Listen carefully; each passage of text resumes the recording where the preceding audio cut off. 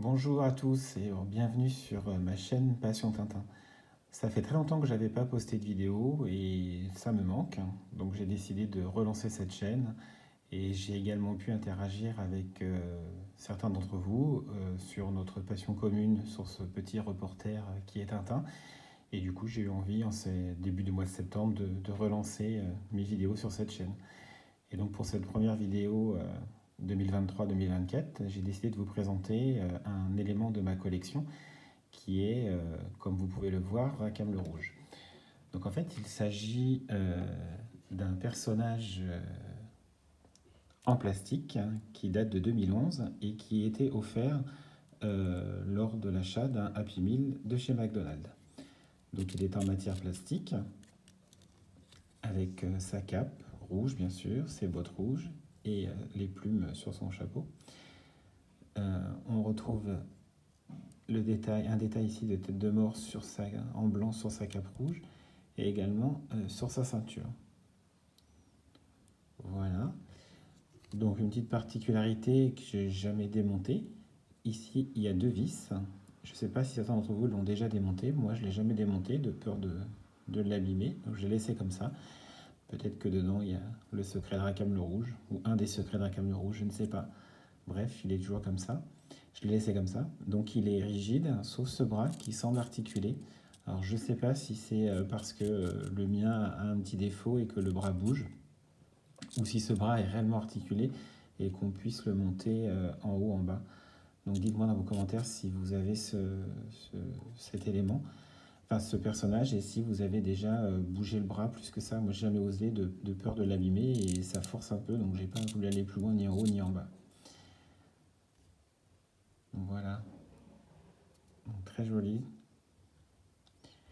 Et donc ce personnage de Rackham le Rouge, il était accompagné d'un petit coffre que voici, sur lequel sont collés des éléments qui font penser à une malle au trésor, un trésor quoi. Voilà. Et donc quand on ouvrait cette malle, il y avait plusieurs éléments. Donc il y avait trois petites cartes, on verra après ce que c'est. Et il y avait ce coffre vide avec cette petite fenêtre rouge. Donc vous savez, les enfants ont parfois cette petite plaque rouge et on le met sur une espèce de carte dite magique et on révèle des secrets. Donc ce jeu McDonald's est un peu basé sur le même principe. Et donc on avait trois cartes. Donc à chaque fois trois cartes avec trois coffres différents. Vous voyez, c'est pas le même coffre à chaque fois. Donc le détail avait été poussé à ce qu'il n'y ait pas le même coffre à chaque fois. Et donc il fallait trouver, en retournant la carte, avec la petite flèche qui était là, donc ça veut dire que c'était à retourner, il fallait trouver combien il y avait de couronnes, d'écussons comme ceci, et de verres à pied.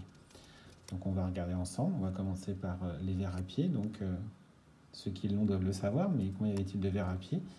Donc on pouvait glisser, donc on glissait la petite carte comme ceci. Voilà. Et donc on voyait apparaître les verres à pied. Donc là on en compte 1, 2, 3, 4, 5, 6, 7. Voilà. Bon, il est vrai que quand on retire, on les voit. Moins bien quand même, mais on les voit. Mais bon, c'était le côté amusant du petit jouet McDo pour occuper les enfants. Voilà. Donc on peut mettre comme ça comme présentation. Et quand on le retourne, donc là ce sont les couronnes. Hop, on fermait. Et donc on voyait le nombre de couronnes apparaître. Donc il y en a 2 en haut, 2 ici collés et 3 en bas. Donc ça en fait 7. Et donc le dernier, c'est ce petit écusson. Voilà. Pareil, on le met à l'envers dans le coffre. Et on regarde, on voit qu'il y en a 2, 3 en haut, 4, 5, 6, 7, 8, 9. Il y en a 9. Voilà. Donc très peu de métal, beaucoup de plastique dans ce jouet.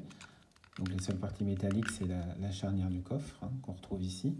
Et puis ici, 2 petites vis. Alors, pourquoi ces petites vis? Pour moi, c'est toujours resté un mystère. Et donc, il y avait bien marqué, voilà, 2011, Made in China, et fabriqué pour McDonald's 2011. Et on retrouve la même inscription en bas de la cape de Rackham le Rouge. Bon, c'est un peu difficile à voir, mais on le voit quand je le mets un peu en profil, en fait. On voit que c'est noté. Moi, je le trouve plutôt bien fait.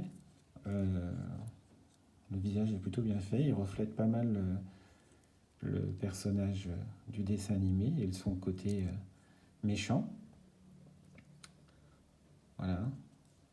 Donc moi, je le présente dans ma vitrine de cette manière-là. Donc j'ai trouvé ce petit boîte à bijoux qui me fait penser à un coffre-fort que je trouve très joli. Donc en fait, moi, ce que j'aime bien faire, c'est donc je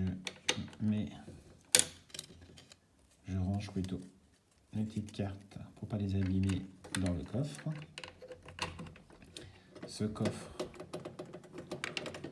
je le mets dans cette petite boîte que je trouve très jolie. Voilà. J'aime bien le présenter dans ma vitrine, soit comme ça, ou alors de cette façon-là. Le coffre est à moi. Voilà. Donc je suis ravi d'avoir pu reprendre cette vidéo avec vous, de faire découvrir une nouvelle pièce de ma collection. Dites-moi si vous la possédez, si vous avez démonté la pièce arrière, et dites-moi comment vous la présentez dans votre vitrine ou sur vos étagères de présentation.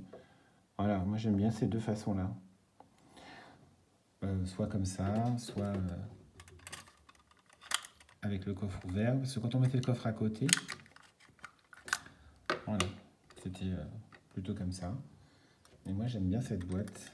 Je trouve que ça fait vraiment le côté piraterie, coffre dans le coffre, piraterie.